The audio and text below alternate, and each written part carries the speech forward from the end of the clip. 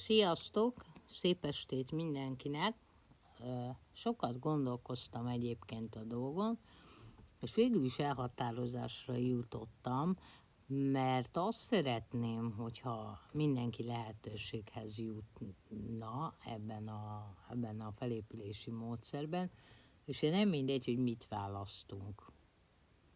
Na most egy addiktológiai konzultáns ugye leginkább az anonim alkoholisták és a narkotik anonimusra épít, vagy elküld oda. Tehát ő magában az addiktológiai konzultáns egy szponzor, ugye egy magánszponzor, akivel beszélgetsz a problémáidról. Én viszont kognitív viselkedés terápiával foglalkozom, ugye CBT-vel, és összeállítottam nektek a Magyar Viselkedés Kutató Intézet, ugye programjai alapján, vagy ugye leírtak alapján egy 5 pontos programot, amit szeptembertől fogok elindítani. A nagy különbség köztem és az addiktológiai konzultás között, hogy nálam 1 év tisztasság a minimum, tehát ez az alap, hogy 1 évig tiszta vagy, hiszen tulajdonképpen nagyon fontos megalapozni az abstinenciát. Tehát annélkül nem tudunk dolgozni, tehát hogy dolgozzunk, hogyha nem vagy abstinens és folyton visszaesel, ez az addiktológiai konzultánsnak a feladata, hogy ő szinten tartson téged, hogy ne ess vissza. Én viszont, mint kognitív viselkedés terápiával foglalkozó, idézve szakember és élmény alapú felépülő, ugye józan felépült, ezért szeretném bevezetni ezt az 5 hónapos és 5 pontból álló kognitív viselkedés terápiás programomat, amit szeptembertől elindítok, kizárólag egyénre szabva. Tehát nagyon fontos az, hogy az 1 éve abszinencia meglegyen. Nem probléma, ha te a 12 lépéses programot megcsináltad, de nem fog működni együtt az AA-val és az NA-val. Tehát, hogy a kognitív viselkedés terápiám, vagy amit én tudok nektek nyújtani, az nem fog együttműködni a csoportfüggőséggel, és ugye a csoportba járással, mert ez egy egyénre szabott terápia. Tehát mindenkinek a saját reintegrációjával szeretnénk foglalkozni, ezért nagyon fontos az, hogy az egyéni beszélgetések során, vagy ugye az egyéni sémák szerint dolgozunk, el is mondom nektek, egy 5 pontos programot szeretnék majd nektek csinálni szeptembertől, hát nyilván fizetős lesz, de majd megbeszéljük, hogy hogyan lesz. Egyelőre még a honlapomat kell majd a nyáron összeállítani, hogy pontosan hiteles legyen. Na most akkor elmondom nektek, hogy mi az én 5 lépésem, amiben tudok nektek majd segíteni a kognitív viselkedés terápiában, hogy az élet tehát a minden napokban tudjatok reintegrálódni, vagy elősegítsük a reintegrálódást a társadalomba.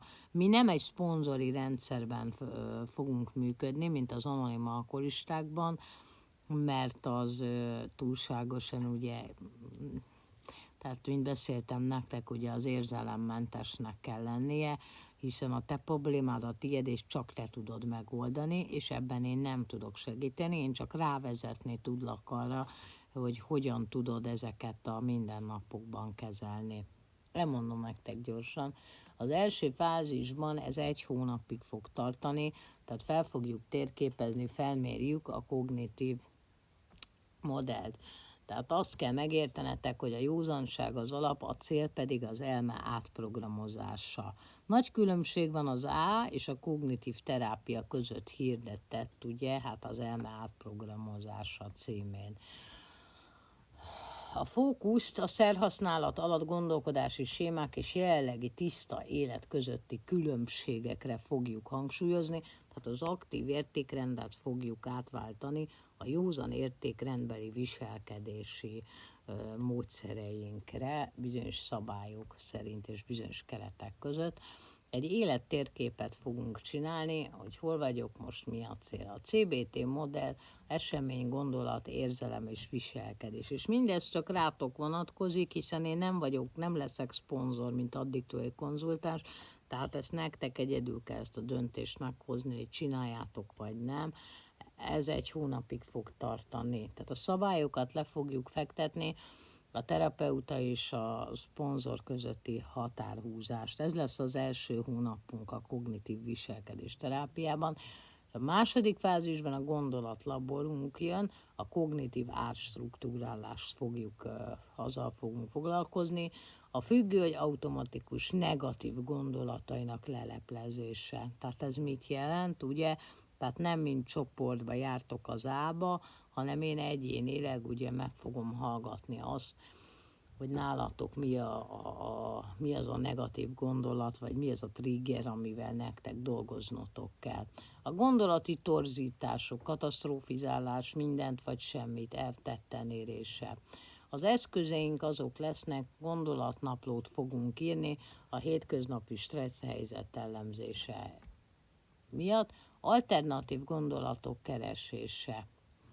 Tények vs. vélemények, annak megtalálása, a gondolat nem egyenlő a valósággal. Ez egy nagyon fontos érvek, és azt gondolom, hogy egyénileg ezzel több időt tudunk majd foglalkozni. Ez lesz a második hónapunk, ez egy 5 hónapos viselkedés terápia lesz, egyénre szabva, nem pedig csoportos, tehát csak veled fogok foglalkozni.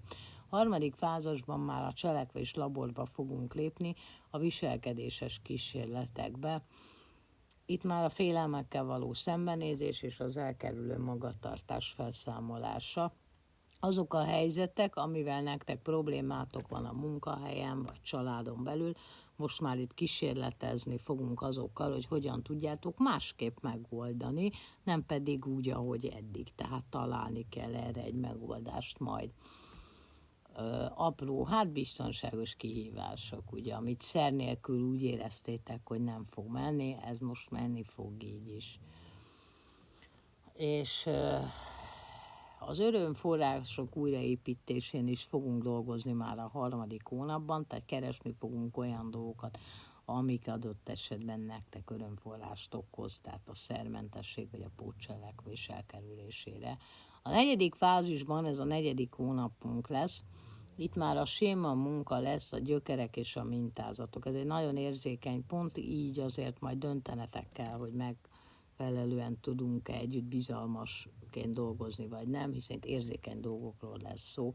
Így gyermekkori és felnőttkori mintákról fogunk beszélni, hogy miért érzed magadat nem elég jónak, hogy miért érzed ezt, hogy nem vagy elég jó. Egy séma leltárt fogunk írni, és alapvető hiedelmek, amik még mindig akadályoznak téged a felnőttkori reintegrációban, a felnőttkori viselkedés kultúrádnak a változásában. Ezek a kognitív kárhaszon elemzés, hogy miért tartottuk ezeket a sémákat. Ugye ma már tehát most már a jelenben kell, hogy működjenek. Az 5. hónap lesz az utolsó, ez a belső terapeuta, fenntartás és önállóság, itt már önállóvá kell majd válnotok. Nagyon fontos, hogy a visszaesés megelőzése, ugye kognitív szinten és a jövőbeli tervezések.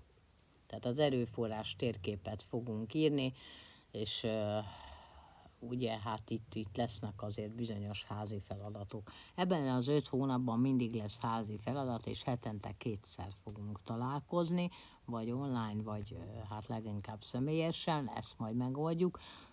Szeptemberig megcsinálom egyelőre a honlapomat, és kidolgozom ugye rendesen ezt az 5 lépéses programot.